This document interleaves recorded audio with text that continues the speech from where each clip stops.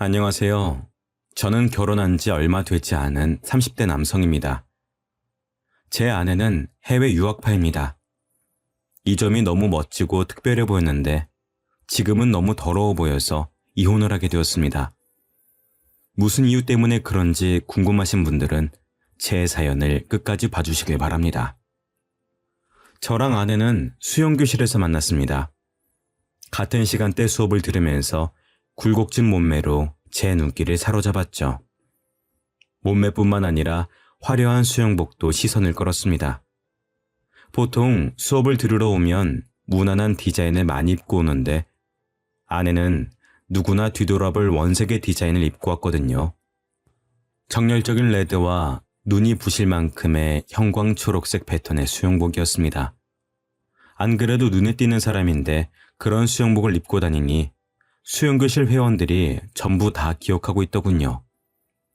아내가 수업을 빠지는 날이면 그분은 안 온 거냐고 서로 물었습니다. 저도 그래서 아내를 주의주시하고 있는데 해외 유학파라 인상착의가 화려하고 말투가 특이하다는 소문이 돌았습니다. 게다가 제가 너무 가고 싶었던 하와이에서 대학을 다니며 20대를 보냈다고 하는 거 있죠?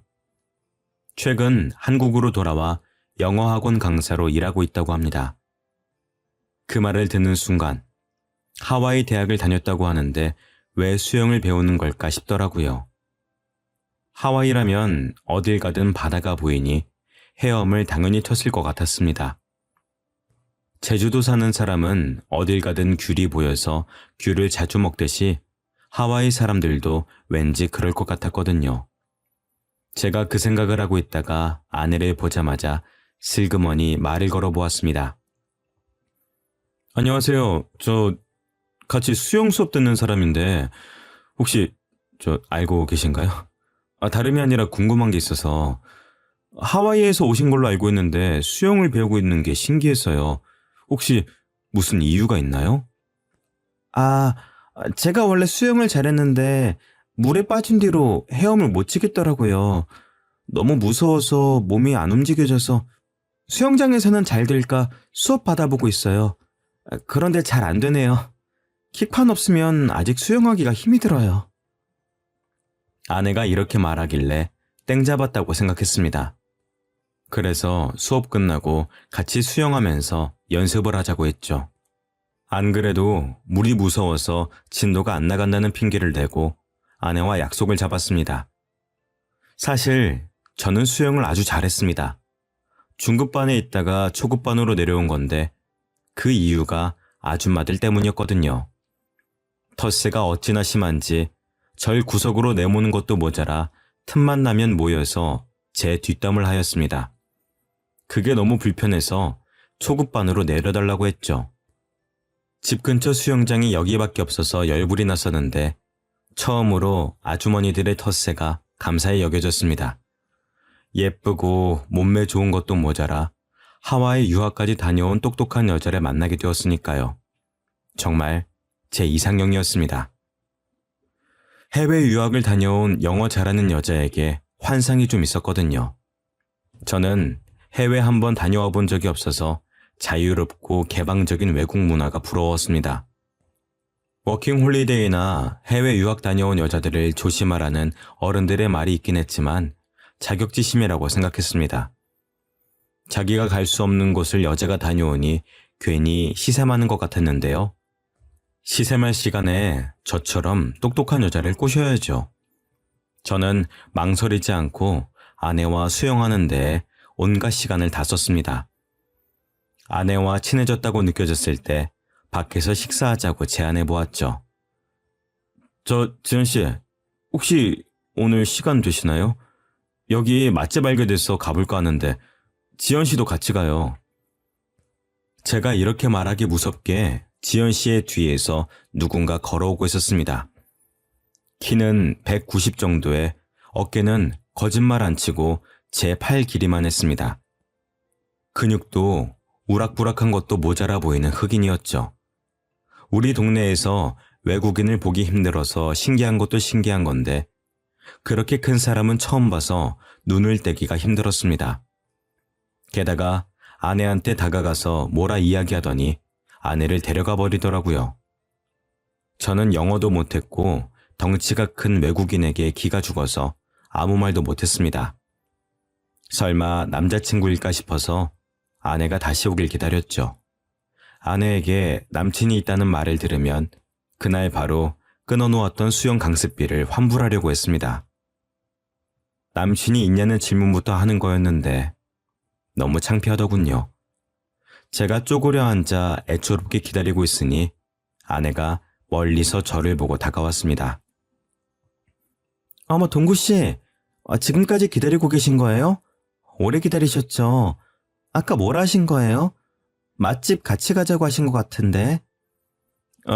그게 같이 식사하려고 했는데 남자친구 있으시면 실례인 것 같아서요.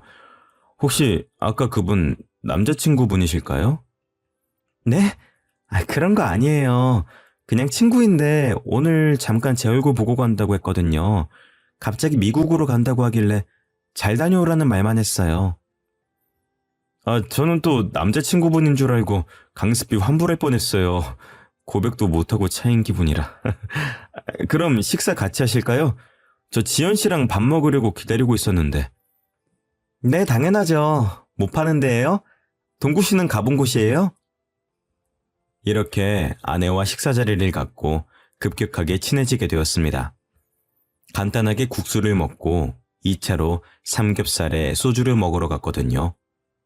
역시 술이 들어가니 창피해서 못했던 말들이 우수수 나왔습니다. 첫눈에 반했다느니, 해외 유학 다녀온 여자가 이상형이라느니, 술에 취해 별별 소리를 다 했죠. 저희 아내는 술이 어찌나 센지 제가 취해서 필름이 끊길 때까지 멀쩡했습니다. 정신을 차려보니 눈앞에 낯선 천장이 보이더군요. 설마 했는데 아내가 자기 집까지 데려온 것이었습니다. 제가 놀라서 벌떡 일어나니까 아내가 배시시 웃으며 말하였습니다. 일어났어? 그렇게 술이 약하면서 왜 빨리 마셨어? 천천히 좀 마시지. 어제 일 기억나긴 해? 내가 어디 사냐고 물어봐도 말을 안 해줘서 데려왔어. 죄송해요. 이제 막 친해졌는데 이런 실수를 하고. 앞으로 이런 일 없을 거예요. 지연 씨랑 너무 친해지고 싶어서 그랬어요. 뭐야, 하나도 기억 못하나 보네? 우리 말 놓기로 했잖아. 우리 동갑이니까 얼른 놓자고 한 사람이 누군데? 아내는 이런 상황이 놀랍지도 않은지 까르륵 웃음을 터뜨렸습니다. 하긴 외국에서는 파티도 많이 하고 친구들이랑 같이 자는 일이 흔할 테니까요. 여유로워 보이는 아내의 모습에 저는 또 마음이 갔습니다. 제가 못 해본 경험을 아내는 많이 해봤을 것 같더라고요. 아내가 해장해야 한다며 유학 갔을 때 많이 해먹었다는 라자냐도 만들어 주었습니다. 라자냐라는 음식을 처음 먹어봤는데 좀 느끼하긴 해도 해장이 되는 기분이었죠. 아마 아내가 해준 음식이고 아내랑 같이 있어서인 것 같았습니다. 그 뒤로 아내가 라자냐를 해주는 일이 많아졌습니다. 수영 강습이 끝나면 따로 만나서 수영을 잠깐 하고 술을 마시러 갔으니까요. 그리고 자연스럽게 아내 집으로 가서 데이트를 하다 보니 정식으로 만나자는 말 없이 사이가 깊어지게 되었습니다.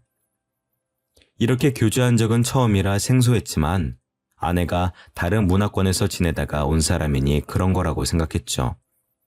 1년 정도 교제하고 나니 아내에 대한 마음이 깊어져서 결혼 이야기를 꺼내고 싶어졌습니다.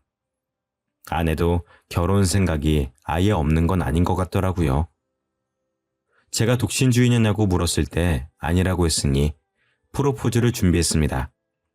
근사한 레스토랑을 예약하고 유명 브랜드 반지를 구매했는데요. 아내에게 레스토랑 주소를 알려주고 제가 먼저 가서 기다리고 있으니 심장이 터질 듯 뛰었습니다. 아내가 거절하면 어쩌나 걱정되는 마음으로 약속 시간을 기다렸죠. 그런데 아내는 제가 보낸 레스토랑을 확인하지 않았는지 평소처럼 편안한 옷차림이었습니다. 다른 손님들은 다 캐주얼한 정장을 입고 있는데 아내만 티셔츠에 청바지를 입고 있더라고요. 정말 서운했지만 정장을 차려입은 저를 본 아내의 반응이 더 실망스러웠습니다. 당신 뭐야? 진짜 웃기다. 나 만나고 어디 가는 거야?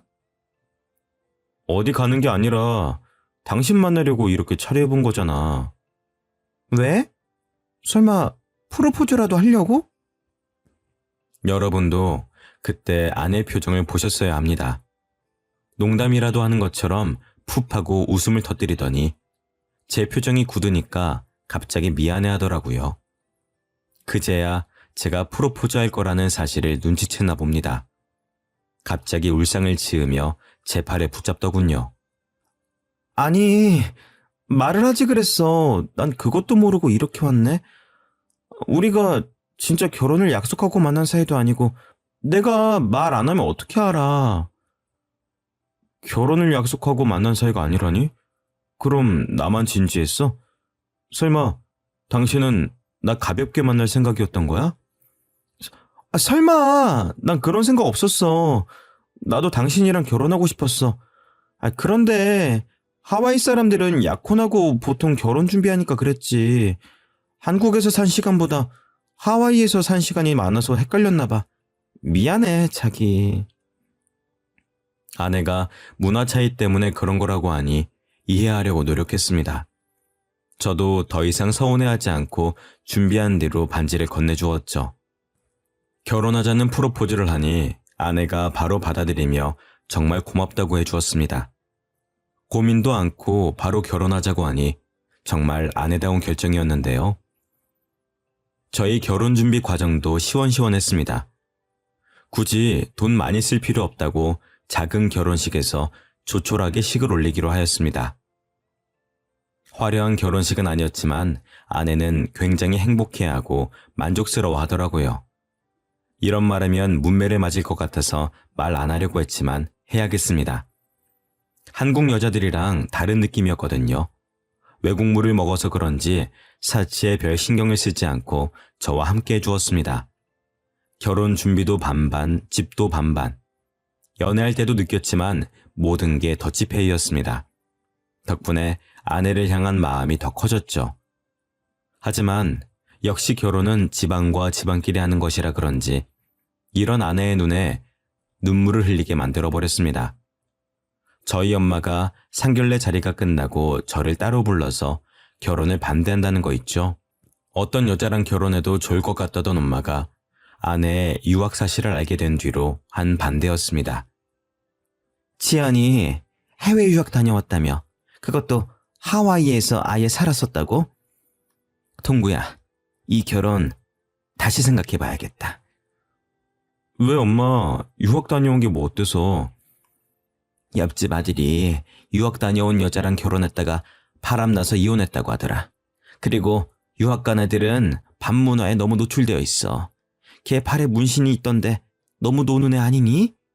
요즘은 아무리 다들 문신한다고 하지만 유학 간 애가 문신 있는 건 좀 그렇다. 엄마가 아무리 봐도 캥기는 부분이 있어서 그래. 엄마, 그건 다 편견이야. 하와이로 가서 공부만 하고 온 애한테 왜 그래? 나랑 사귀는 동안 남자 문제 한 번도 없었던 애야. 네가 그걸 어떻게 아니? 그리고 보통 공부하려고 뉴욕 같은 데 가지 않니? 하와이는 휴양지로 알고 있는데 거기로 공부하러 갔다니까 영 수상하더라.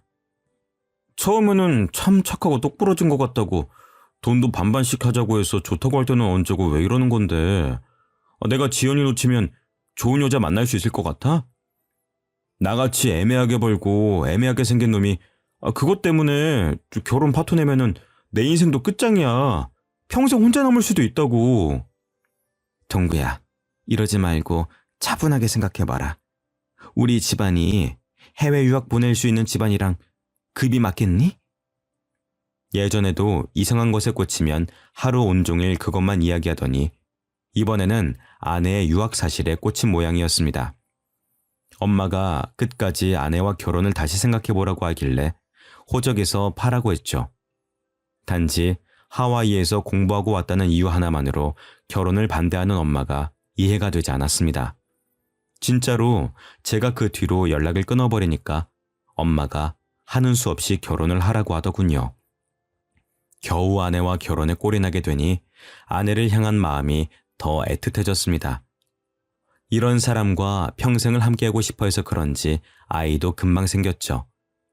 신혼여행 때 딸아이가 생겨서 이름도 아내 이름과 비슷한 지유라고 지었습니다. 하지만 지유가 생기면서 큰 문제가 생겼습니다. 아내도 모 영어학원에서 강사로 일을 하다가 그만둘 만큼 배가 불러오고 있었거든요. 저는 또 회사를 다니고 있었고 지방 출장이 잦은 영업직이라 아내를 봐줄 사람이 필요했습니다. 이 무렵부터 장모님이 저희 집에 와주셔서 집안일을 도와주셨는데요. 친정과 저희 집이 가까워서 왔다 갔다 하겠다고 하시던데 아내의 몸이 점점 더 무거워지면서 아예 자고 가시는 일이 잦아졌습니다. 어쩌다 보니 장모님과 반동거를 하게 된 것이죠. 장모님이 처음에는 안 그러시더니 제가 편해지셨는지 잔소리가 많아지셨습니다.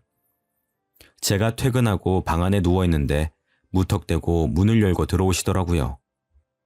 장서방, 도대체 언제까지 누워만 있으려고 그래? 퇴근하고 돌아왔으면 집안일 좀 하고 그래야지. 내가 언제까지 다 해줘야 하는지 모르겠다.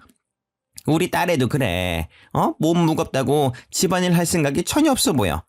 힘들다고 징징댈 거면 애가찌를 말아야지. 아잉. 장모님 죄송해요. 지금이라도 집안일 할게요. 뭐부터 하면 될까요? 제가 벌떡 일어나 청소기라도 돌리려고 움직이는데 장모님은 듣지도 않으셨습니다. 마음이 많이 상하셨는지 갑자기 아내가 있는 방 안으로 들어가 뭐라 말씀하고 있길래 귀를 기울였는데요. 처음에는 뭐라 하는지 하나도 안 들렸는데 장모님이 흥분하셨는지 목소리가 점점 커져서 또렷하게 들려왔습니다. 이럴 거면 왜 한국 왔니? 한국 남자는 좀 다를 것 같다고 와놓고 이게 뭔데? 엄마가 볼 때는 제이크가 100배 낫더라. 엄마 조용히 좀 해. 그러다가 남편이 들으면 어쩌려고 그래. 너무 안타까워서 그런다. 안타까워서. 응? 제이크가 나한테 얼마나 잘해줬는지 아니? 걔는 퇴근하고 와서 나 고생한다고 어깨 주물러주고 밥도 해주던 애야. 그런데 정서방 그놈은 도대체 뭐하는 애니? 다중하기를 해. 돈을 잘 벌어오기를 해. 이름도 없는 중소기업 다니는 놈한테 뭐하러 시집을 가서? 아휴. 엄마 그만해. 여기서 남편 회사 이야기는 왜 나와? 제이크는 명문대학 나와서 구글에서 일했잖아. 엄마 친구들도 구글이 어떤 곳인지는 안다. 삼성보다 큰 대기업 아니니 대기업? 걔 아직도 구글에서 일한다고 하지 않았니? 지금이라도 다시 만나볼 생각 없어? 없다니까 왜 그래? 제이크 그놈 착한 애 아니야. 아주 쓰레기라고. 쓰레기는 무슨. 아휴. 네가 한국으로 온다고 하니까 걔가 실망해서 잠깐 한눈 판 거 아니야. 나라도 그러겠다. 그리고 네 뱃속에 있는 애기 정서방 애기 맞니? 제이크 애기면 어쩌려고 그래? 제이크가 흑인이라서 싫다고 할 때는 언제고 왜 자꾸 제이크 이야기 꺼내는데? 이제 제이크랑 끝났어. 우리 애는 남편에게 확실하니까 그만 좀 해. 장모님이 도대체 무슨 말씀을 하시는 걸까요? 아내 뱃속에 있는 아기가 제 아기가 아닐 수도 있다는 말에 심장이 빠르게 뛰기 시작했습니다. 때마침 아내도 발소리를 내며 나오려고 하길래 모르는 척 청소기를 붙잡았죠. 제가 청소를 하는 척 연기를 하는데 아내가 눈물을 흘렸습니다. 왜 우냐고 물어봐도 이야기를 안 해주더라고요. 저는 아내의 전 남자친구가 흑인이어도 괜찮았습니다. 저도 예전에 사귄 여자친구가 없는 것도 아니고 누구나 옛 연인은 있는 거니까요. 아내 뱃속에 있는 아기가 제 아이면 되는 것이었습니다. 그러다 아내 배가 점점 불러오면서 입덧이 찾아오게 되었습니다. 아내가 먹덧을 하면서 히스테릭이 점점 심해지기 시작했죠. 뭐라도 안 먹으면 헛구역질이 나온다는 이유 하나만으로 집에 있는 모든 음식을 다 먹는 것도 모자라 생활비를 거덜냈습니다. 장을 봐서 오는 것도 아니고 핸드폰으로 주문해서 과자와 아이스크림, 인스턴트 음식으로 배를 채웠죠. 제가 좀 먹으려고 살펴보면 아내가 다 먹고 없었죠. 식비를 좀 줄이자고 눈치를 주거나 한 입만 달라고 하면 아내의 눈빛이 확 달라졌습니다. 나 먹덧 하는 거 알고 있잖아. 내가 먹는 게 그렇게 아까워? 임신해서 이러는 거 아니까 조금만 참아주면 안 돼? 나도 이러기 싫어. 안 그래도 살이 너무 쪄서 우울하단 말이야. 아내의 말대로 아내는 임신 전부터 20kg 가까이 더 쪄 있었습니다. 탄탄하고 멋진 몸매가 점점 커지고 둥글둥글해지다 못해 굴러갈 것 같더군요. 제가 조금이라도 먹지를 못하게 하거나 먹는 걸로 잔소리하면 소리를 지르기 일쑤였습니다. 그만 좀 해. 우리 지유가 듣는다고. 우리 지유가 배고프다는데 자꾸 그럴래? 나 이거 안 먹으면 토할 것 같다고. 그렇게 내가 보기 싫어? 옛날보다 더 뚱뚱해져서 꼴 보기 싫은 거지. 응? 아니야, 여보. 나는 당신 건강 망가질까봐 그러지. 내가 책에서 봤는데 임신 중에 체중이 너무 늘면 아기는 물론 산모한테도 안 좋대. 그러니까 우리 건강한 음식만 먹으면서 지유 나오길 기다리자. 응?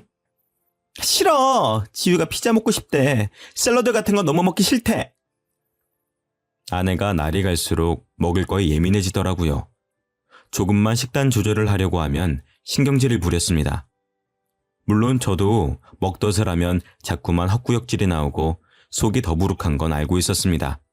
하지만 아내는 먹덧을 넘어서서 먹을 것에 너무나도 집착하게 되었습니다.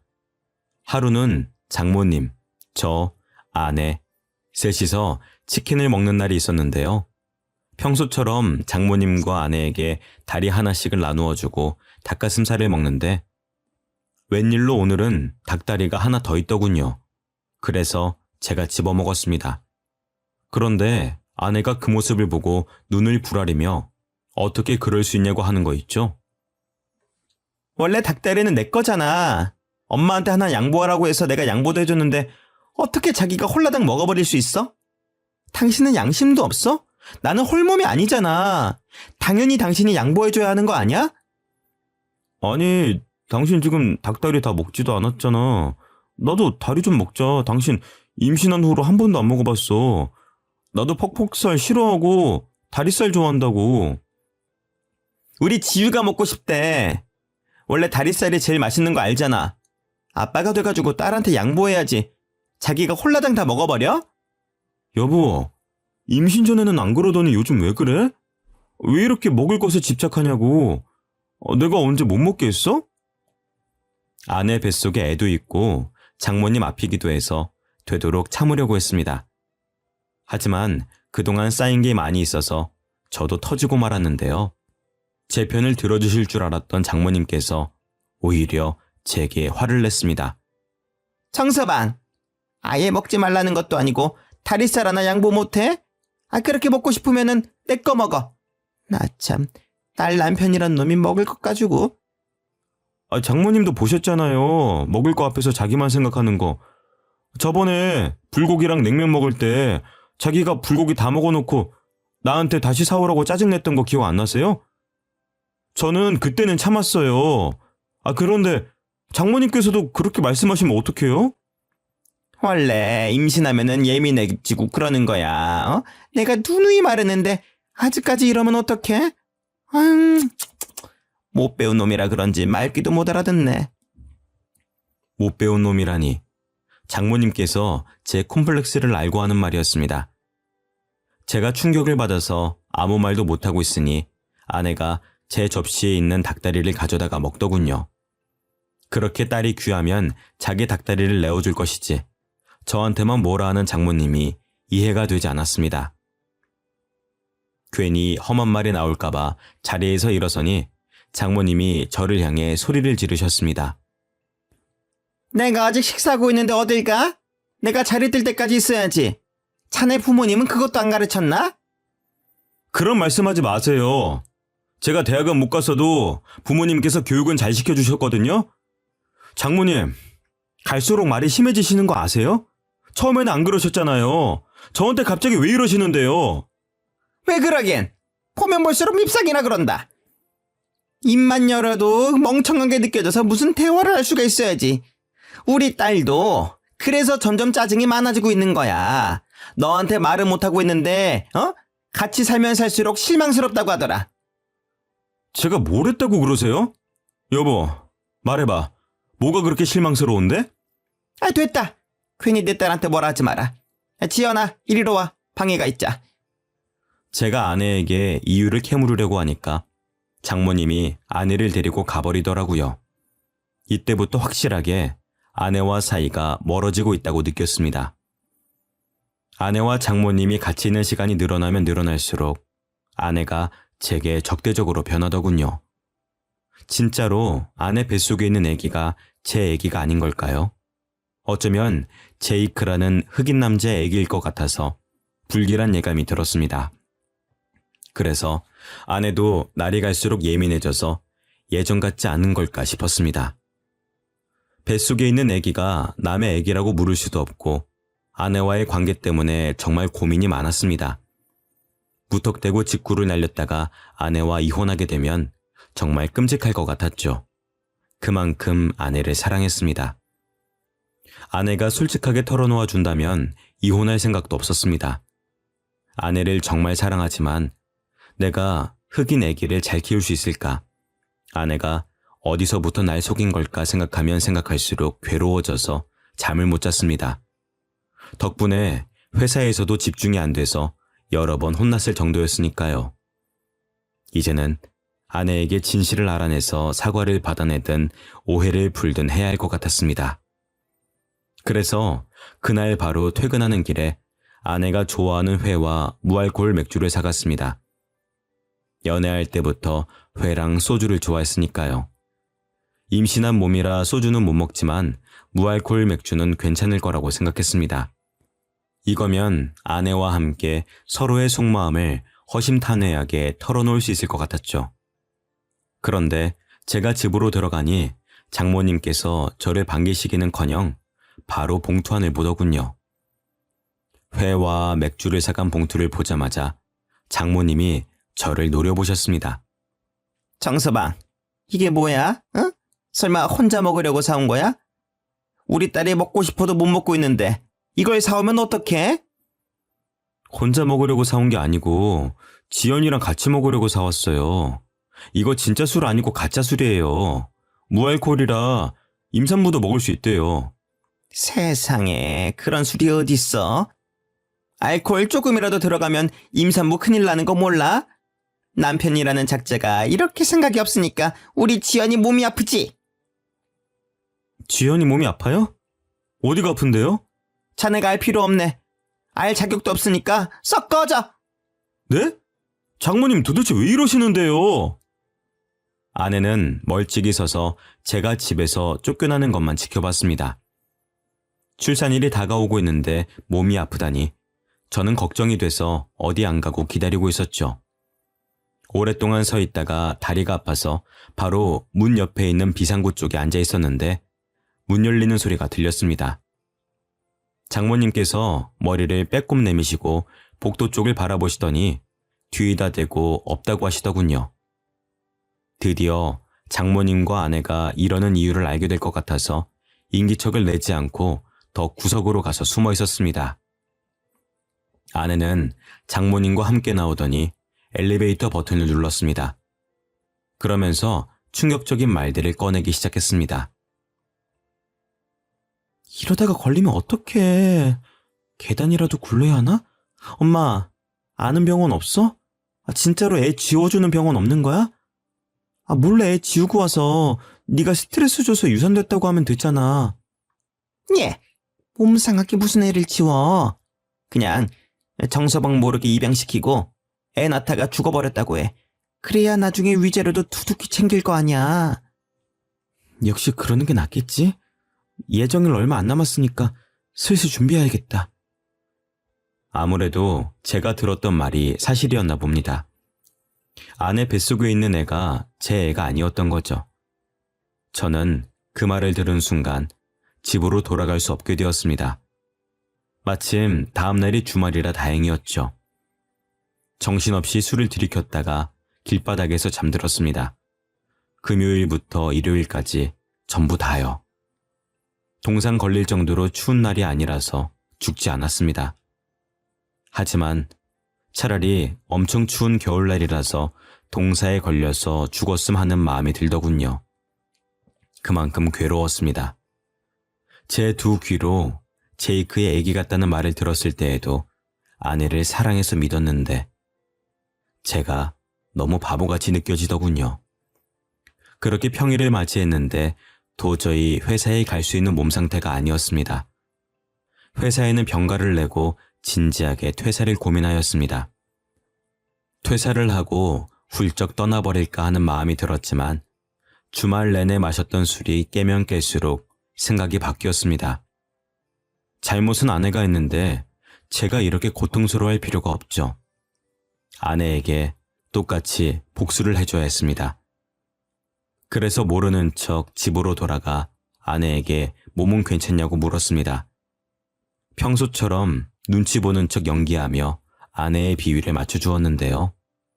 아내는 제가 모든 사실을 알아낸 것도 모르고 짜증을 내더라고요. 어디 갔다가 이제 온 거야? 월요일인데 출근 안 했어? 당신이 아프다고 하니까 병원 가냈어. 당신 간호하려고 그랬는데 몸은 좀 어때? 왜 말도 안 하고 병가를 내? 그냥 당신 쉬고 싶어서 그런 거 아니야? 회사 안 가는 거면 청소기 좀 돌리고 빨래 좀 해. 아내가 주말 동안 청소 한 번 안 했는지 집안은 난장판이었습니다. 며칠 전까지만 해도 아내가 청소를 안 하더라도 모든 게 용서가 됐는데 이제는 용서가 안 되더군요. 아내에 대한 마음이 점차 정리되면서 속으로 복수의 칼을 갈았습니다. 신도 제 편을 들어주시려는지 예정일보다 일찍 아내의 양수가 터졌습니다. 아내가 무척이나 당황스러워하면서 저를 떼어놓고 가려고 하더군요. 저는 기어코 아내를 따라가 아내가 어떤 아이를 낳을지 기다렸습니다. 그래도 전 마지막까지 아내가 동양인 아이를 낳길 바랐습니다. 하지만 간호사가 안고 나온 건 흑인 아이였죠. 간호사도 이런 경우가 처음이었는지 매우 당황스러운 표정으로 제게 아기를 안겨주었습니다. 간호사는 물론 의사, 조무사까지 제 눈치를 보고 있더군요. 아내가 정신을 잃을 법도 한데 자기가 낳은 아이를 보고 어떻게든 일어나려고 했습니다. 저를 부르며 손짓하길래 가까이 다가가 봤죠. 여보, 내 애기 예뻐? 정신이 없어서 못 봤는데 당신은 봤어? 원래 갓난아기는 까만 편이래. 시간 지날수록 하얘지니까 너무 걱정하지 마. 정말 말도 안 되는 변명이었지만 저를 붙잡으려고 아무 말이나 내뱉었습니다. 하긴 남편이 잘못했다는 귀책 사유를 만들어내서 이혼한 후 위자료를 받아내려던 여자였으니까요. 제 복수를 위해 아내의 말을 믿어주는 척 연기하였습니다. 이때부터 아내와 장모의 히스테릭이 사라져버렸습니다. 그동안 위자료를 위해 연기를 했던 거죠. 그 대신 아내와 장모가 저 몰래 모여서 귓속말을 하는 것을 들었습니다. 조리원에서 몸조리만 하면 되니까 저보고 집에 가라고 해놓고 둘이서 무슨 꿍꿍이를 꾸미고 있더라고요. 아이고, 이걸 어쩌면 좋냐? 제이크 애기인 거 다 들켜버린 것 같은데 이러다 위자료 받는 게 아니라 이혼당하고 위자료까지 내줘야 하는 거 아니야? 아니야. 지금까지 별말 없는 거 보니까 내 말 믿어주는 것 같아. 지금이라도 지유 입양 보내자. 내가 갑자기 아파서 병원에서 죽었다고 할게. 내가 어떻게든 정서방 못 오게 막을 테니까 네가 어떻게든 입양 절차 밟아놔라. 그리고 너 제이크 그 흑인 놈 만나기만 해봐. 정서방한테 제이크 만나다 걸리면 네 인생 아주 끝장날기 뻔하니까. 안 만난다니까. 제이크 미국으로 갔어. 아내는 장모에게 이리 말해놓고 막상 장모가 입양 절차를 알아보겠다고 가버리니 급하게 짐을 싸고 있었습니다. 누군가와 약속이라도 있는 듯 핸드폰을 보며 걸어가더니 집이 아니라 조리원 근처 카페에서 누군가를 만나러 가더군요. 제가 수영장에서 본 그 흑인을 보러 간 것이었습니다. 그 흑인이 바로 제이크였던 거죠. 영어로 대화를 나누어서 알아들을 수 없었지만 아내가 너무 기뻐하며 한국어로 이야기해 주어서 무슨 내용인지 알아차렸습니다. 정말? 네가 책임져 준다고? 그럼 우리 결혼하고 같이 사는 거야? 남편이랑 이혼만 하고 오면 되는 거지? 응? 아내가 제이크에게 안기며 뽀뽀를 하고 온갖 애정 표현을 다 하더군요. 정말 눈뜨고 볼 수 없었지만 아내의 모든 걸 알아내기 위해 참아냈습니다.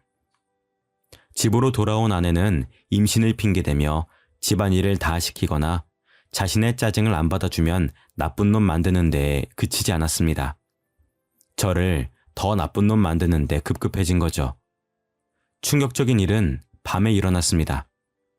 침대에 나란히 누워서 잠든 척 눈을 감고 있었는데 아내가 슬그머니 일어나더군요. 그리고 제 폰을 들고 무언가 흔적을 남겨두고 있었습니다. 몇 분 뒤에 화장실 가는 척 일어나서 그 핸드폰을 들고 나와봤죠. 모르는 사람의 번호를 저장해 놓고 다른 여자와 바람을 피는 것처럼 대화 내용을 꾸며놓고 있었습니다. 저랑 이혼하려고 전화번호까지 새로 만든 것 같더라고요. 당연히 그 대화 내역을 다 지워놓으니까 새로운 사건이 터졌습니다. 며칠 뒤에 제가 회사에 가려고 집 앞으로 나오니 처음 보는 여자가 갑자기 제게 핸드폰을 내밀었는데요. 저기 혹시 여자친구 있으신가요? 마음에 들어서 그런데 연락처 주실 수 있으실까요? 옷차림도 야시시한 게 왠지 모르게 화류계 여성인 것 같더라고요. 도대체 어디서 이런 여자를 알고 부탁했는지 아내의 과거가 의심됐습니다. 해외 유학 사실을 알고 결혼을 반대했던 부모님 말을 믿는 거였는데 후회가 돼서 불쾌한 표정을 지은 채 여성분의 고백을 거절했죠. 결혼했습니다. 와이프 있으니까 다른 분 알아보세요. 잠깐만요. 그냥 친구로 지낼 수도 있는 거잖아요. 한 번만 알려주세요. 제가 왜요? 따라오지 마세요. 경찰 부를 겁니다. 뭐 이딴 게 다 있어? 번호 주는 게 그렇게 어려워요? 여자가 끝까지 따라오길래 겨우 떼어놓고 차에 올라탔습니다. 여자가 번호를 따는 것도 드문 일인데 이렇게 집요하게 따라오다니 의심이 들 수밖에 없더군요. 아내가 사람을 쓴 것 같아서 차를 다른 데에 대고 기다려보았습니다. 진짜로 아내가 밖으로 나오더니 여자에게 돈을 쥐어주었는데요. 그 모습을 핸드폰으로 모두 다 촬영해 놓았습니다. 그리고 아내가 지유를 입양 보내기 전에 유전자 검사를 다 해놔야 되겠다고 느꼈죠. 그날부로 유전자 검사할 수 있는 곳을 다 알아보고 비용도 체크해 놨습니다. 그동안 안 쓰고 모아두었던 연차까지 쓰며 아내를 쫓아다녔죠. 아내는 제이크를 하루도 빼놓지 않고 만나서 아내가 입고 나간 옷을 매일 찍찍이로 흑인 머리카락이 묻어있지는 않을까 체크했습니다. 덕분에 머리카락을 빠르게 채취해낼 수 있었죠. 유전자 검사만 한 게 아니라 아내가 제이크라는 흑인 남자를 만나고 다닌 증거를 사진 찍어두었습니다. 유전자 검사 결과도 나오고 아내가 흑인 남성을 만나고 있다는 증거가 충분하다고 생각한 날이었습니다. 기가 막히게도 아내는 그날 흑인을 만나러 갔습니다. 손을 꼭 잡고 숙박업소로 들어가려고 하길래 그 앞을 막아섰죠. 아내는 제게 미안해하거나 창피해하기는커녕 버럭 소리를 지르기 시작했습니다. 뭐야? 당신이 왜 여기 있어? 설마 나 따라다닌 거야? 당신 뭐 의처증 뭐 그런 거야? 스토커도 아닌데 왜 따라온 건데? 당신이 의심스러우니까 그러지. 처음부터 위자료 노리고 나한테 접근한 거지. 그게 아니면 나한테 접근해놓고 보니까 이 자식의 임신한 거 알아차린 거야?